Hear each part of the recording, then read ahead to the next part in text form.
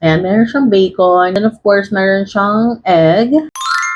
Hi everyone! So for today and moving forward, we will have this A to Z food challenge. So, challenge, whatever you want it. In general, A to Z. We're gonna try it, we're gonna eat it, and we're gonna do a food review about it. So for today's video, let's start with letter A. And ang dami-dami kong pinag-iisipan kung ano ba letter A na pagkain. Guess what I found? Dito tayo. Ate Rica's Collective. So, Ate Rica's is a Baxilog. A pa rin siya kasi ate nga. Nag-start sa letter A. So, let's try this. So, let's try to eat this one. So, ito ang kanyang laman. Ayan. Ayan siya. Ate Rica's Baxilog. So, ang gagawin natin is itatry natin siya. So, meron siya ditong what do you call this? Is fork. So, bubuksan natin siya. Anyway, may water tayo dito.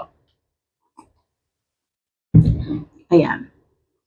So, we're gonna try this first. O, bubuksan natin siya. So, ayan ang laman niya. So, Baxilog is from came from back, which is bacon. And then, meron siyang bacon. And of course, meron siyang egg. And then, syempre, meron siyang rice sa ilalim. Tapos, meron tong special sauce. Ayan. So, sana nakikita niyo siya ng maayos, di ba? Ayan siya. So, let's try this. So, let's start with the bacon. Ano ba? Magchismisan na lang muna tayo habang kumakain ako. Hindi pa ako kumain kasi namili lang ako sa mall kanina or sa groceries, should I say. Tara. So, tinanin niyo, ano yung rice niya is, yung rice niya is, ma-sauce. Okay, let's eat! Though yung bacon nito is, medium lang yung pagkakakook sa kanya, hindi siya parang pina-crispy. Ayan. Ayan lang siya, and you can see the others. Hindi siya masyadong pina-crispy. But the good thing about Baxilog, Ate Rica's Baxilog, to be specific, kasi alam ko marami naglabas ang Baxilog simula nung sumikat to. But, the sauce, yung sauce niya talaga malasa siya. Hindi lang siya yung sauce na, actually, yung mayo niya, kasi definitely it's a mayo. Pero, yung lasa niya is parang may pagka-milky yung lasa nung mayo nito. And, this is 99 pesos. So, 1 cup of rice, egg, and bacon. Sarap. And then, parang silang after nilang maglagay nung parang mayo, meron silang nilalagay na parang seasoning, parang toyo, ganun. So, nalalasahan ko siya ngayon.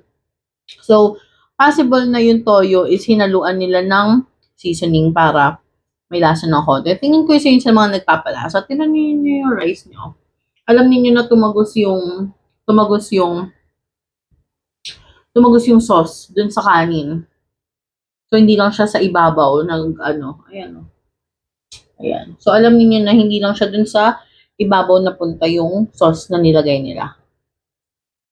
Hindi pa nga pala kumain. Yung dami naman yung dami ng bacon niya. Siguro parang isang strip siya, tapos hinati-hati. Yun yung isang serving.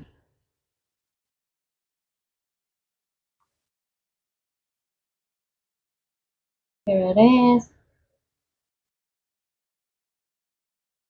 So, we're done with letter A. Ano kaya ang letter B? Ayan, nahalo ko na siya. So, mas may kulay na yung kanin natin.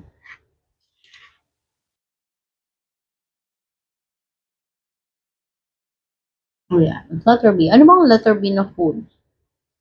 Or restaurant? Ganon. Restaurant? Kahit ano lang siguro, kahit Food Anywhere. Or kung ano available sa Grab, ganun. Tingnan natin. Tingnan natin sa next episode ko ano yung makikita natin. And if may recommendation kayo, comment nyo lang. Then, kapag napili kayo, then we have a surprise for you. Parang ganun na lang.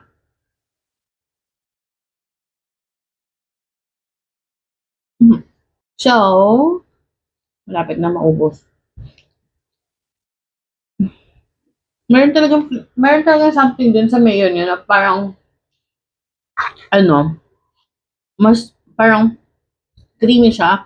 So, possible to na, hindi possible. Talagang possible talaga na talagang tinimplahan nila yung mayo.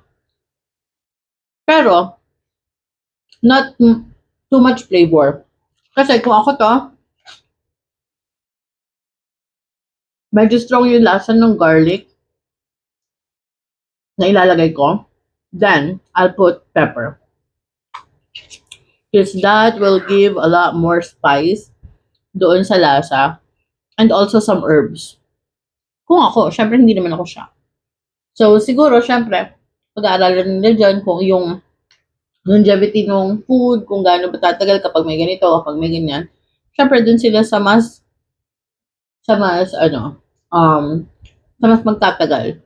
Yung mga, ano nila. Kasi syempre, marami ng branch si Ate Rica's Baxalog, diba? So, definitely, pina-priority nila dyan yung quality na sustainable para dun sa mga ibang branch nila kasi di-deliver nila.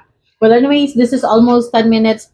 And thank you so much for joining me for our letter A, and comment down below for the next letter at kung mapili natin ang inyong suggestion, then we have a surprise for you. Bye-bye! Until next video. Bye-bye! Mwah!